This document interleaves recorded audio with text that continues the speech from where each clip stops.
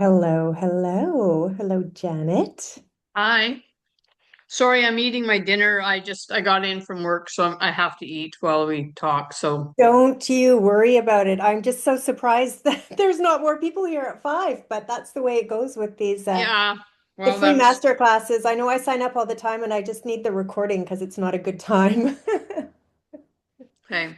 So, but I'm glad you're here to join me today, and hopefully we'll Yep. have more people popping in. So, um, I have a presentation, so I'll go through the presentation and then I'll answer any questions you have at the end, if that sounds good to Okay. you. Okay. Sounds good. Well, welcome to Beyond the Hype, how to microdose for real transformation. And before we begin, I do want to acknowledge the land that I am on. I'm joining from Vancouver, Canada, and so the coast, the traditional, ancestral, and unceded territory of the Coast Salish people, the Musqueam, the Tsleil-Waututh, and the Squamish nations. And I want to acknowledge that the work we're speaking about today working in relationship with sacred plant medicines has deep roots in Indigenous cultures and traditions. So I want to approach this conversation with respect and with an awareness of that lineage. I want to note that today's presentation is based on microdosing psilocybin mushrooms. So there are a lot of other psychedelics, mind-altering consciousness substances that can be microdosed, and many of them the concepts remain the same, but there are some things that are specific to microdosing psilocybin here. And of course, I want to note that everything presented today is educational only and not to be construed as medical, mental health, legal, financial, any kind of advice. And with that, let's get into what you can expect from this evening. Um, what we're going to talk about today is what microdosing really is and what it isn't, how it works in the brain and the nervous system, why many people don't get the results they expect, what actually creates real lasting change with microdosing, and who this work can support, and also when it might not be right, so that you can decide if this is right for you right now. So before we get into the science and the frameworks, I would like to invite everyone here and everyone watching on the replay to come along with me on just a brief mindfulness exercise. And there's a couple of reasons for this. First of all, it just helps us to get present here, leave the day behind, not worry about the future, just be here together in this moment now. And secondly, and we'll explore this more as we go along, but at a high level, it's because mindfulness is actually a key skill or practice that can influence whether you experience microdosing as working or being truly transformational. So let's do this together. And if you feel comfortable to start, I invite you to just adjust your body if you need to find a really comfortable position. And you don't have to close your eyes, but you're welcome to if it feels comfortable. And just take a few slightly deeper breaths. Just noticing the quality of your breath, noticing the expansion and contraction.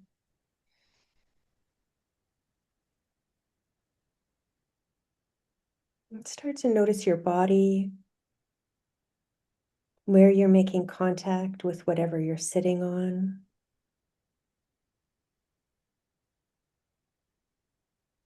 Just noticing, continuing to breathe deeply, and just letting the day so far drop away just a little bit with each exhale.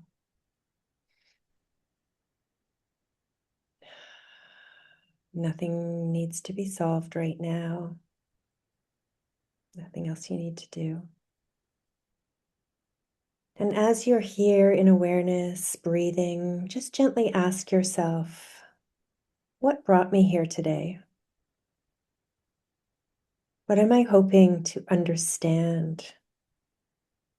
or to shift or to explore. Why am I here today? No need to overthink it, just notice what's there.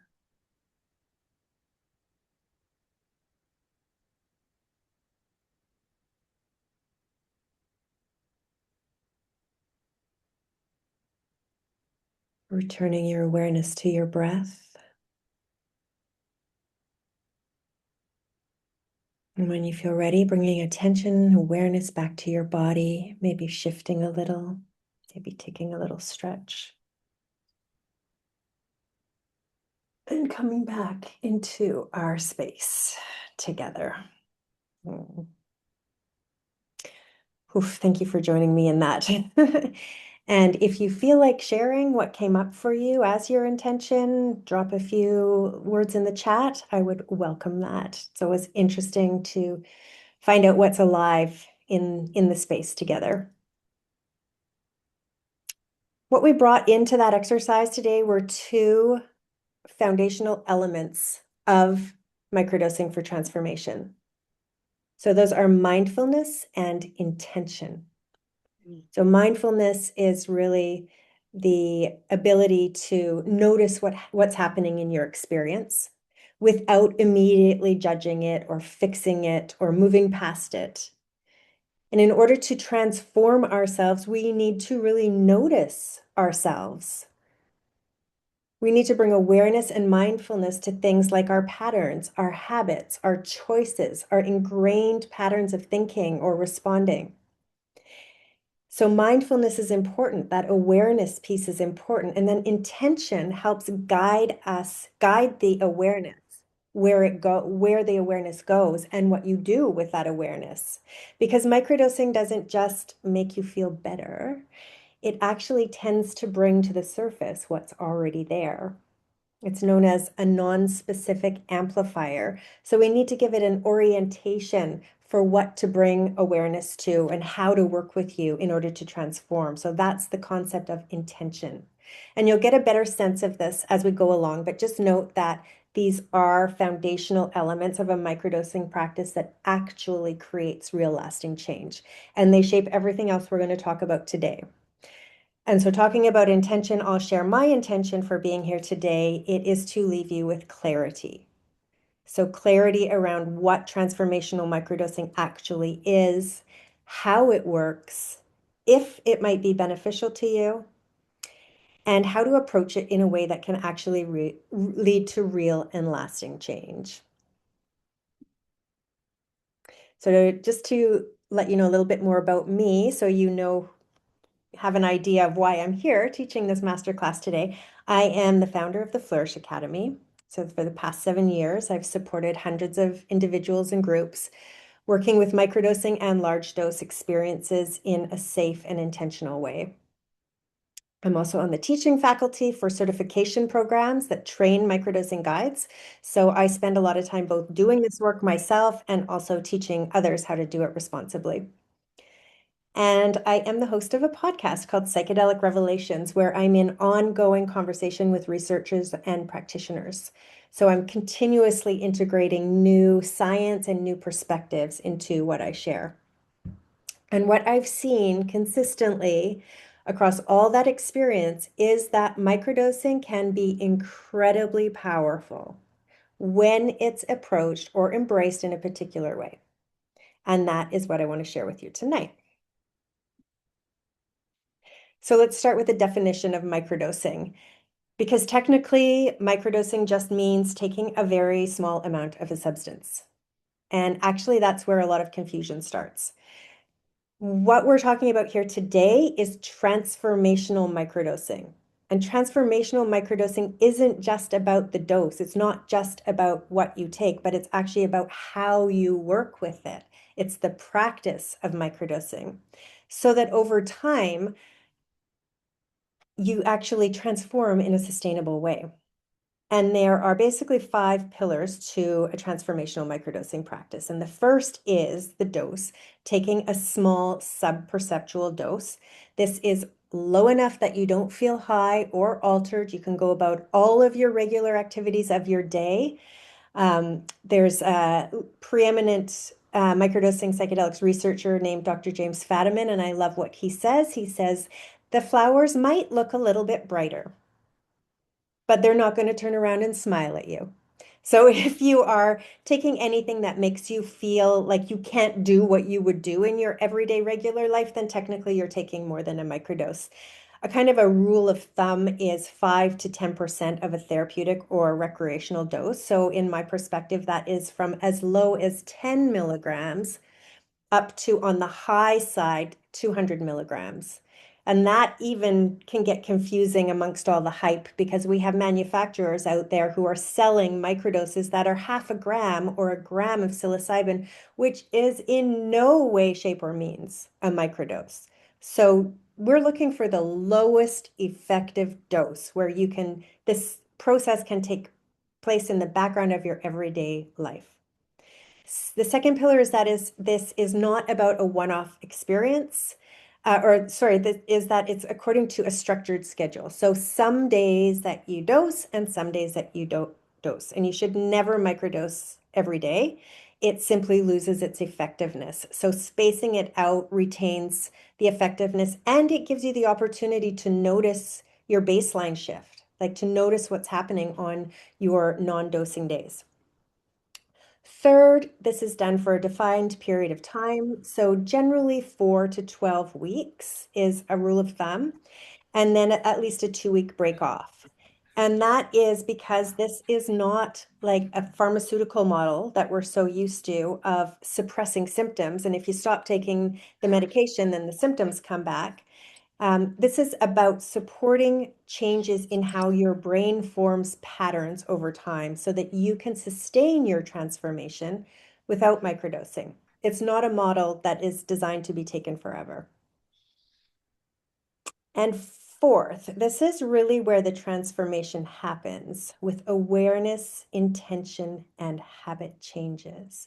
Because to be honest, microdosing rarely changes your life. It can create conditions for change, but you still need to participate in the process. I'm just seeing who I might need to put on mute there. Let me just, oh, maybe Shauna, if you could mute yourself, that would be helpful. Thank you. Okay, so awareness, intention, and habit changes. So yeah, microdosing rarely changes your life, but it creates conditions where you can change your life, but you still actually have to participate in the process. So mindfulness or awareness, it allows you to actually see what's happening, see your patterns, see your reactions, see the ways that you typically respond. Intention, like we talked about, it gives direction to that awareness. It helps orient you and the mushrooms as to what you're actually moving towards. And habit change is where it really becomes real, where you begin to make different choices in moments that matter. And over time, those small repeated shifts are what will create the lasting change. So it's not the dose itself, but how you work with the dose that creates transformation in your life. And fifth, microdosing for transformation is for the purpose of creating meaningful change. So we're not talking about occasional use here or use to enhance an experience, but for creating lasting transformation in how you experience your life. And this is where we move beyond the hype, because the hype tends to make microdosing sound like it's a magic pill, and poof, you take it and you're going to feel better. But in reality, what it does at a really high level, and we'll talk about this more as we go on, it creates conditions for new neural pathways to form, which means you have the opportunity to experience things in a new way, to have new perspectives, to think about things differently. And if you embrace that opportunity with intention, with mindfulness, with consistency, with practice, that leads to meaningful change. So we know what microdosing for transformation is. Let's have a look at what it's not. Let's get really clear on what it's not. It's not about getting high. So if you are feeling noticeably altered, you are no longer in the true microdose range. It's not a quick fix. We're looking for subtle changes over the course of time. It's often called slow medicine. It just kind of creeps in such a way that sometimes you don't even notice it at first. Sometimes it's the other people in your life that reflect back to you things like, hey, Mom, you're not getting angry at dinner time anymore. And you kind of sit back and go like, yeah, I'm not getting angry at dinner time anymore. So these slow, subtle shifts. And it's not something that does the work for you, like our pharmaceutical model, like we're so used to. I pop the pill and this will make me better, or this will heal me, or this will suppress my symptoms. This is actually an active participatory process. It creates the conditions. It's kind of like a relationship. Like the mushrooms are going to give you the opportunity for awareness and shifts, and then you need to bring that awareness into patterns in your life. And when you work together in a reciprocal way, that's where the real power is. So it's not about escaping how you feel. Now, this is really important because actually microdosing can often bring you into closer contact with whatever it is you're trying to escape so that you can work with it. That's why microdosing can actually feel uncomfortable before it gets better, and why it's often a good idea to work with a guide or work with in a group for support in how to work with what comes up and what is brought into awareness from microdosing. And fifth, it's not effective when used randomly or occasionally. Yeah. So for the purpose of transformation, it's not effective when used in this way, like not used here and then, because it might give you a lift or it might give you some clarity, but without consistency, those new neural connections, they just don't have a chance to form and to stabilize. And you don't have a chance to work with it or with what's arising. So it's difficult for meaningful change to take place. So these are a few things that you can kind of go, oh, am I interested in microdosing for transformation? Or just do I just want to take a microdose? These are kind of the root things to be looking at if you're looking to microdose for transformation. The closest analogy that I have for this is yoga. Like basically, you can go to a yoga class and you probably feel great after. You feel more open, more flexible, you got endorphins going through your system, and you think that is amazing. And you might go back and do another yoga class now and then. But if your intention is more flexibility, greater strength, a different relationship with your body, if you have an intention for transformation, then one class here and there just isn't going to cut it. You would embark on a practice, something consistent, something intentional. You'd have probably days that you do yoga, days that you need to take a break. You probably have guidance, accountability. You might do it with a group. And then slowly, slowly over time, with yoga, over time, you would notice that strength, that flexibility, that change in relationship with your body.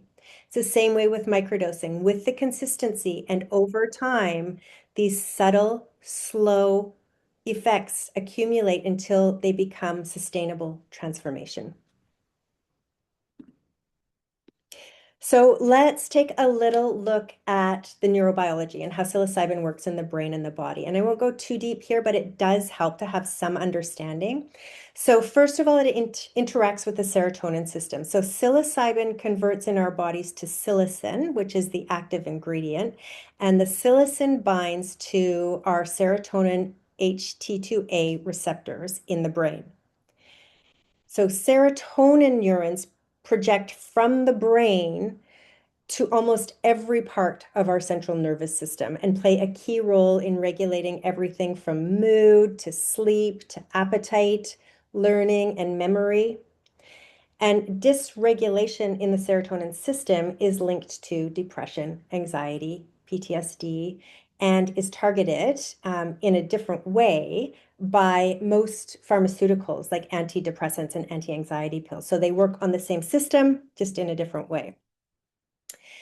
Secondly, psilocybin stimulates neuroplasticity. So basically, that's brain growth, brain flexibility, the ability of your brain to shift and change and reorganize and make new neural connections.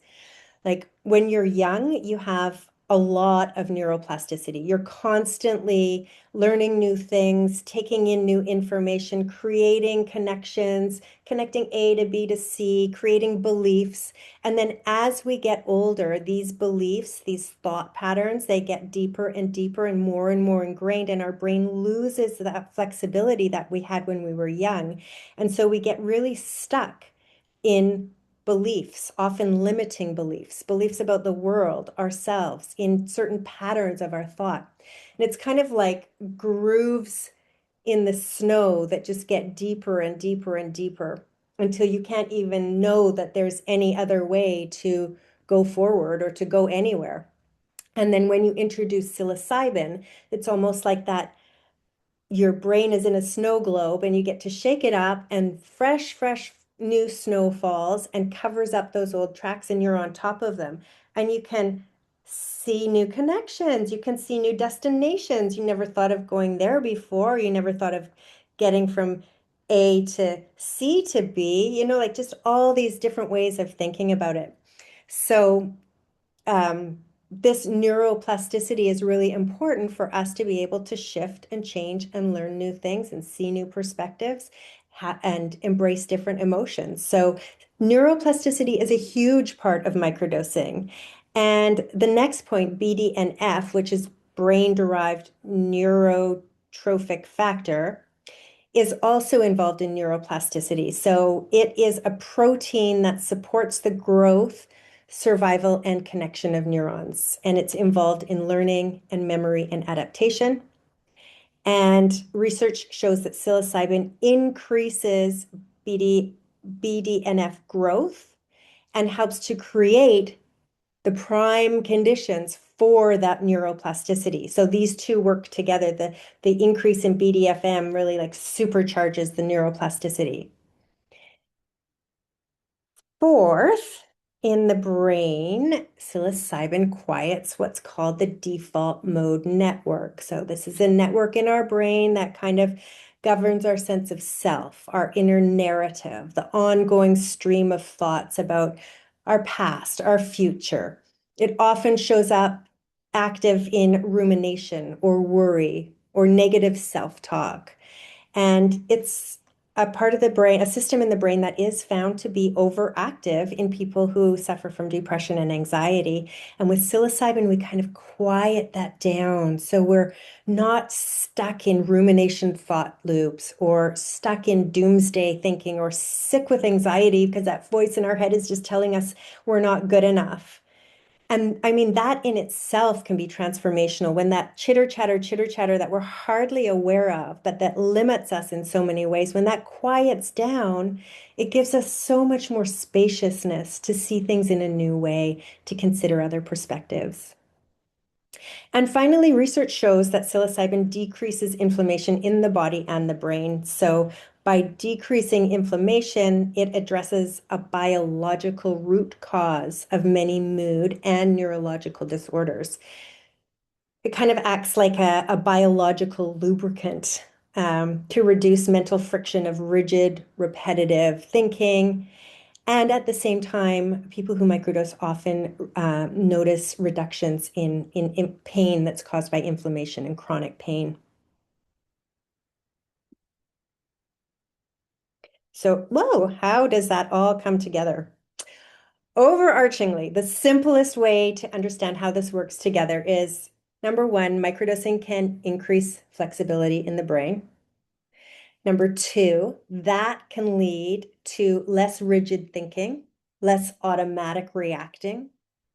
Number three, that gives more space and awareness and capacity to move out of these automatic or subconscious patterns that may be limiting us. And number four, that gives us more opportunity to make different choices, to have different reactions, to choose differently. And then when we pair that with intention and consistency, that's where transformation really becomes possible.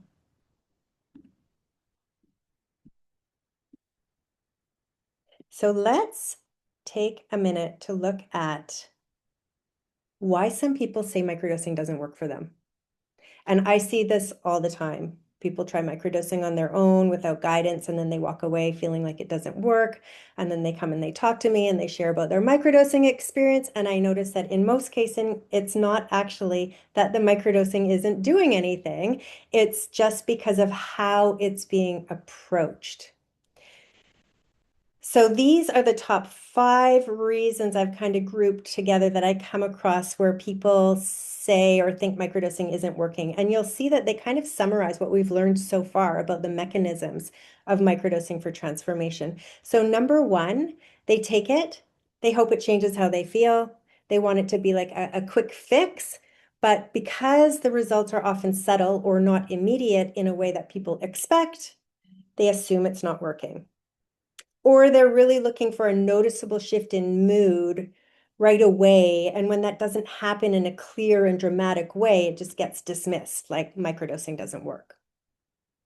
Secondly, they may be focusing just on the dose, like playing with the dose a little bit more, a little bit less, adjusting it, tweaking it, and just thinking, if I just get the dose right, everything else is going to fall in place. But without changing how you're engaging in the experience, the dose alone doesn't actually create the transformation. It just creates the conditions for transformation.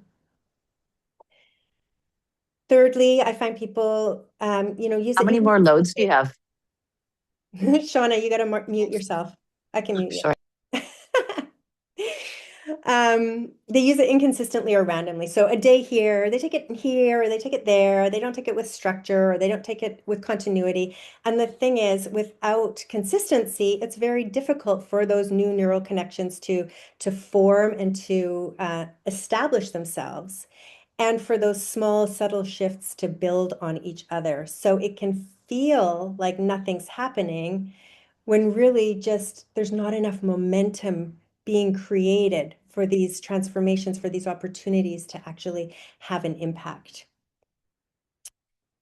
Fourth, as we talked about, microdosing often increases awareness. It doesn't just make things better, it makes things more visible. So that can include patterns, emotions, reactions, and that might feel very uncomfortable or inconvenient to confront when these things come up. And if there's no willingness to actually meet with what's coming up, to stay with it, to be curious about it, it can be really easy to bypass that opportunity for change. And number 5, people often, expect this to just make them feel better right away or in a very clear and obvious way.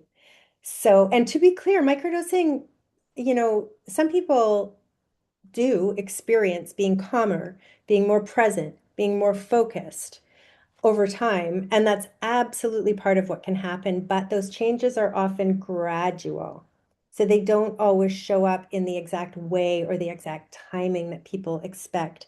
So if you're only looking for a noticeable shift in how you feel, you might miss the more subtle signals that something is actually changing. Like you might not be noticing, oh, I caught that pattern early. I paused before I reacted to that trigger. I reacted differently to that trigger, or responding differently to in relationships. These are the moments where the real change is happening. So again, if you look across all 5 of these reasons here, you'll see that this is where we come back to the idea of microdosing for transformation being a practice, not just a dose. Because when it is approached again with awareness, with intention, with consistency, that is when it really starts to work differently. So given everything we've covered so far, what it is, what microdosing for transformation is, what it isn't, how it works in the brain and the body, why sometimes people think it doesn't work, a really important question that comes up is, who is this actually for? Because while microdosing for transformation can be incredibly powerful, it is not for everyone. And it's also not for every moment in someone's life. So let's look at who might really benefit from microdosing as a practice.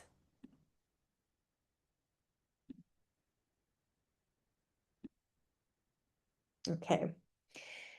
Microdosing for transformation tends to support people who are curious and open to self-awareness. So they have a sense of wanting to get to understand themselves more deeply. They really want to know how they think, how they feel, how they respond, not from judgment, but from curiosity. If you're a person who really has a deep curiosity about yourself, this could be work really well for you. Also, if you're willing to actually work with what arises and what is brought to awareness through microdosing, even if it's uncomfortable. If you're not willing to engage with patterns and change, then this probably isn't going to be the right approach for you. Microdosing can be great for feeling that something's off despite things looking really good. So, many people who come to work with me have lives that seem to look really great on the surface. Career is good, relationship, life overall, but underneath they just have this feeling that something's like off. It's just not necessarily wrong, but maybe not quite aligned. Like something wants to change, even if they can't quite articulate that or access that yet. And we find great results with people who are in this position in their life. If you're moving through a life transition, this work can be really supportive, whether you're questioning something in your life or reevaluating your direction or feeling like you're on the edge of change, but you don't quite yet have the clarity. Microdosing could be really supportive. Again, wanting to have a deeper connection to yourself, intuition, or purpose, it really resonates with people who want to cultivate that inner connection to self. Noticing recurring habits, loops, or behaviors. Again, microdosing in this way has got amazing results for people who are noticing. They come in and they're noticing recurring habits or patterns in their lives. They see the same thing happening. They see themselves reacting to the same triggers and doing the same thing and having the same reactions and ending up in the same dynamic. So they know it, but then they want something different than that. They keep getting that sense of like, why do I keep ending up here? But they just don't quite know how to move through that, how to shift it, how to change it, or even what to shift and change it to. Microdosing can be super supportive in that process. And finally, many people find microdosing beneficial when they have a desire to explore alternatives to pharmaceuticals like antidepressants, anti-anxiety pills, ADHD medications. And what's important to note here is that although microdosing can be super supportive for this, it's important to note that microdosing is not a replacement for a pharmaceutical. It's not the same model of like, here, take this and take this instead of that, and everything will change. Because microdosing for transformation requires your active participation. Not like, here, take this and I'll suppress your symptoms, or take this and we'll do the healing to you or for you. No, the mushrooms will work with you at the strength that you're going to work with them. So it takes your awareness, it takes your intention, your willingness to engage with what comes up. So just to be aware, it's not something directly to replace a pharmaceutical with. It's about being ready to work with something differently. So if any of you are hearing yourself in any of these categories or thinking like, yeah, that sounds familiar, and microdosing might be supportive for you. And there are also some people who I would not suggest microdosing for transformation. So let's have a look and see if any of you feel like you fall into this category. I feel that a practice of microdosing is generally not the right fit for people who are looking for a quick fix. So they want immediate change without needing to engage in a process. Because as we talked about, this is practice, it's participation. If you're not willing to look at your patterns or be with whatever comes up with, then the opportunity for change is very limited. If you are in a highly unstable or overwhelmed state right now, emotionally, psychologically, or situationally, it might not be the right thing for you right now, because particularly microdosing can amplify what's already there. And sometimes the most important thing when you're in this overwhelmed or unstable state is more stabilizing support as a first priority. So it would be something to reflect on where you're at with your life. Some medications and certain contraindications. There are certain health conditions, particularly mental health conditions, and some medications that I would not suggest pairing microdose with. And just to note that this is, this is where it's really important to approach microdosing responsibly and to collaborate with a medical or mental health professional if this is something that you think might be right for you. And finally, if you're wanting to avoid or bypass what's coming up, like if you want to avoid discomfort, because microdosing doesn't remove the things that you don't want to face. It tends to bring them into your awareness. And if someone isn't willing to engage with it, it could just feel frustrating and unhelpful. So I would not suggest coming into a microdosing practice if these are the things that you're looking for, or these are this is the state that you're in.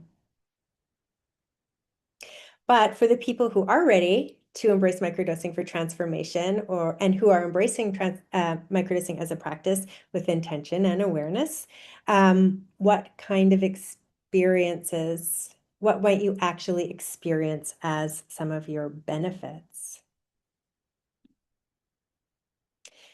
So I just want to be clear here that these are not promised outcomes, but these are categories that reflect what I consistently see in hundreds of people that I've supported over the years, and also what's being reported in clinical trials and research. So over time, people tend to notice greater presence and awareness, so they're less caught worrying about the future or ruminating about the past, and they're just more in the present moment, often more in a flow state. Less reactivity, more choice. So there's space. Mushrooms give us this space between trigger and reaction. And that space just becomes more available so that instead of reacting automatically, there's more opportunity to have this micro pause and actually choose different ways to respond, which leads to great change. Reduced negative self-talk. So again, that's that default mode network that we talked about earlier, that constant internal chatter. And with that default mode network softened, that internal chatter quiets down, leads to less second guessing, less self-criticism, less anxiety that comes along with that, less sense of, I'm not doing this right.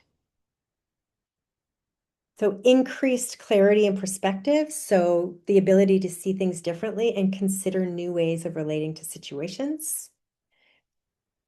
Interrupting patterns and habits. Once again, they don't go away, but awareness about them rises. We are afforded that micro pause and the opportunity to do something different, which leads again to a lot of change in life. Feeling more connected is consistent across microdosing participants, I would say. Feeling it in your life, it looks like being more present in your relationships, maybe being more available to listen or to be with others without being caught up in yourself, in your own thoughts. So that's relationship with others. And on connected to yourself, it shows up as more connection and trust in your insights, your intuition, your feeling. I would say, bar none, if you are approaching microdosing as a practice in this way, I don't think I've come across a person I've worked with yet who hasn't felt more connected to themselves and more tuned into their truth, their needs, their inner voice, which I think is just like that benefit alone, in my opinion, is amazing. So, and generally, more broadly, people feel in general more ease, more calm, and real nervous system regulation. And we know that when our nervous system is regulated, it's in rest and digest. This is where healing, this is where growth happens. So, what supports this process? of microdosing for transformation. When you start to look at it all together, how it works, what's required, what actually creates the change, it becomes clear that this isn't just about taking something. It's not just, I'm going to take my microdose in the morning, get on with my day, and it's going to make me feel better. It's really about how you work with it. And for most people, that can be pretty challenging to do in isolation because working with really subtle shifts and patterns that can be hard to see clearly on your own and experiences that benefit from reflection and integration can really be so supportive. So this is what it looks like in practice that supports the process. Guidance, really guidance and support. So you're not second guessing what's happening or trying to figure out everything on your own. Reflection and integration. So you have a space to reflect, to make sense of what's coming up and to actually integrate the changes that are starting to happen. And for many people, there's also something really powerful about doing this alongside others. So being in a space where others are engaging in similar process, where there's a shared understanding, where insights can deepen through that connection. You are witnessed, you are being witnessed yourself. And all of this support, if you're interested, is built into the way that I personally support people. So I run small group experiences where we approach microdosing as a practice for transformation. It's 8-week container with sessions that combine education, reflection, and practical tools. You're supported with a structured approach to microdosing, so you're not second guessing what you're doing. And we work with practices that actually support awareness, intention, and integration so that what's coming up can actually lead to sustainable change. I keep the maximum number of people in these group containers to 8 so that we can keep it intimate and have enough space to actually share and reflect and learn from each other. And provide ongoing support between the sessions. There's daily prompts that are sent to you through these 8 weeks and a private WhatsApp channel. So you're not having to navigate things on your own in the days in between the sessions.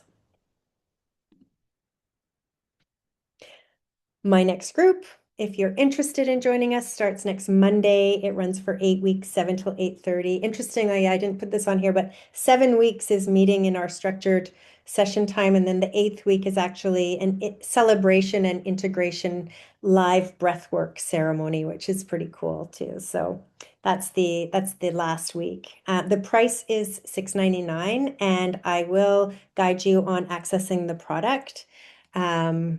I generally encourage everyone to be microdosing from the same supplier, the same product, because that helps me to support what I know you're actually taking, because a mushroom is not a mushroom is not a mushroom. And 100 milligrams of golden teacher mushroom from one manufacturer or one grower can have very, very different effects than 100 milligrams from a different grower, just depending on the intention that they're grown with, the soil, how they're cultivated. There's so many varying factors. So I like to work with a supplier that tests all their products and works with mushrooms in a very sustainable way, grows them particularly for ceremony and for healing and growth. So with my next group starting on Monday, if you're interested, great. If you're not, that's great. And that's not great. But if you are interested, there's a short time before we meet. So I am offering for the last few spaces available, anyone who's registered for this masterclass, including those who are not with us in person, but will be getting the recording, I'm offering a $50 discount. And if you apply before Friday, I'm also offering an inner circle membership for 3 months, well, till the end of July, so almost 3 months. And if you're interested in the inner circle, that is an online community for listeners of my podcast, Psychedelic Revelations, to stay engaged and connected between the podcast episodes. So it's a newer community, quickly growing, and it includes live practices, so monthly sound baths, monthly breathwork sessions, guided new moon journaling. We have psychedelic support and integration drop-in circles, ongoing community and connection, and a number of other benefits and discounts. So if you would like to, I think community is so important in this kind of work, and it's such a pillar of everything that I do. So I would love to offer to I'll offer it to all 8 who come into the group and register by Friday, that I'll give free membership to just try this out, and you'll get all these extra added benefits until the end of July. And that, my friends, is the formal presentation for this evening. Thank you so much for staying with me. I hope that this has met my intention of providing clarity for you. And I'm just going to stop sharing and answer all your questions. And I will also put in the chat, I'll put links to um, how to apply if you're interested, and also a link to check out the inner circle and find out more about that if you're interested as well. I'll put that in there. There we go. There we go. So, any comments or questions or anything you'd like to share about your experience here this evening? Must have covered it all. Can you microdose while you are on medication? That's such a good question, and it's so dependent on what medication you are on.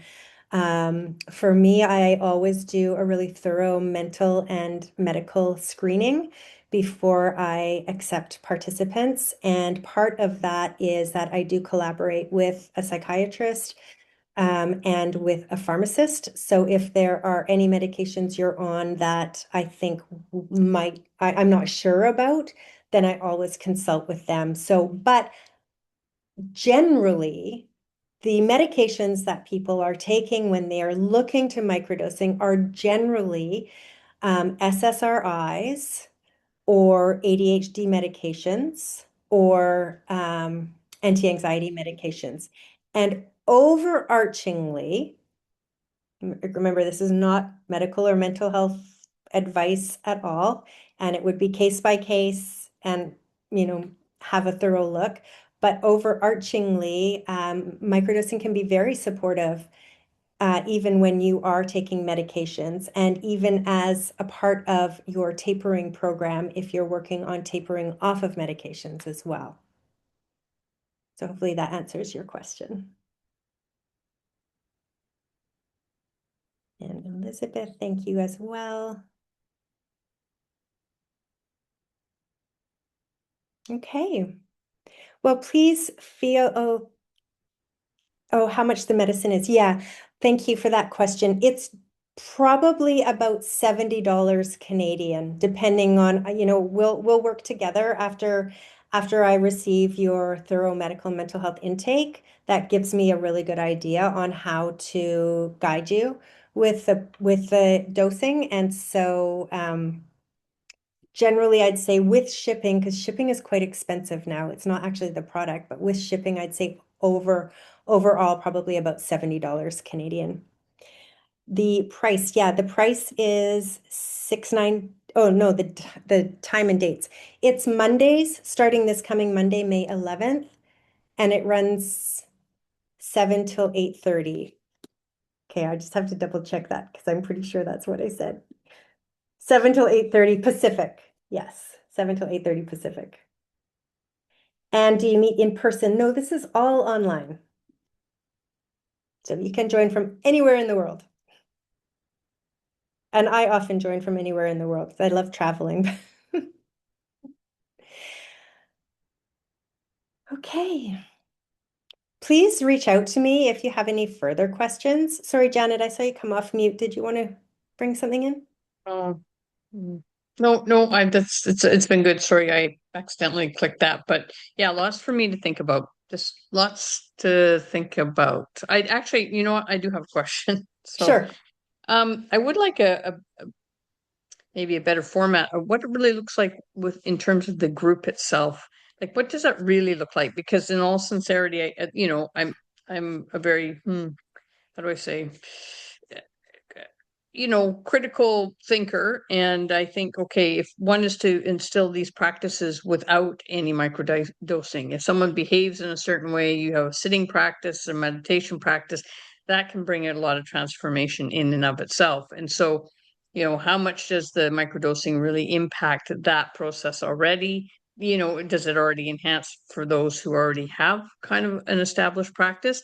And also too, in terms of like, so what, once a week, there's a group that gets together on Zoom for an hour and a half. Is there any way of being able to describe what that actually looks like? Yeah. I know that you have this description, but I Hmm. don't know. Yeah, I don't know. I don't know if that's a question to be answered, or if it's too abstract.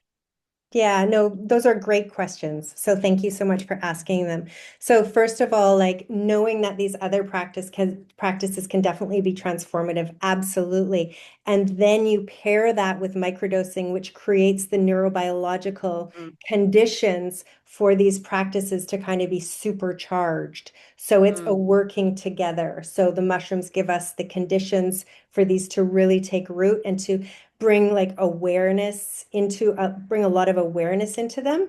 So mhm, it's a relationship. Yeah. mhm, And then the 90 minutes is yeah, I'm tongue-tied. Generally we start by, we start with an open where we check in with each other. We do that in a very simple way where we really just kind of take a pause and identify in ourselves what is alive for us with one emotion and mm. one sensation. And we do that because that's the way that microdosing works with us. It's not going to work with us in this cognitive Yeah, thinking way. So we need to learn to I get tune that. into that. We generally have some kind of a meditation or a sound bath. I'm a sound practitioner, so a virtual sound bath, something that is one of these practices that we can do together. Then there will be an education component, and then there is structured sharing where each person gets a timed amount to share. Either it can be either a general sharing, or sometimes we have structured things that we're reflecting on for each week. And then we end the session again with checking in with where we're at the end of the session. And it's quite a simple, we call it a trauma-informed format because it is the same week after week. So you're never surprised by what's going to hit you. Okay. Great. No, thank you for answering that. It's good. Yeah, no Yeah. problem. Okay, if anything else comes up, please reach out to me. I'm Dana at theflourishacademy.org. And also, there will be a follow-up email sent out tomorrow with, with the recording of this and the reiteration of the offers and how to apply and more about the inner circle. So stay tuned for that. And it would be, yeah, such a pleasure and an honor if any of you cared to join us.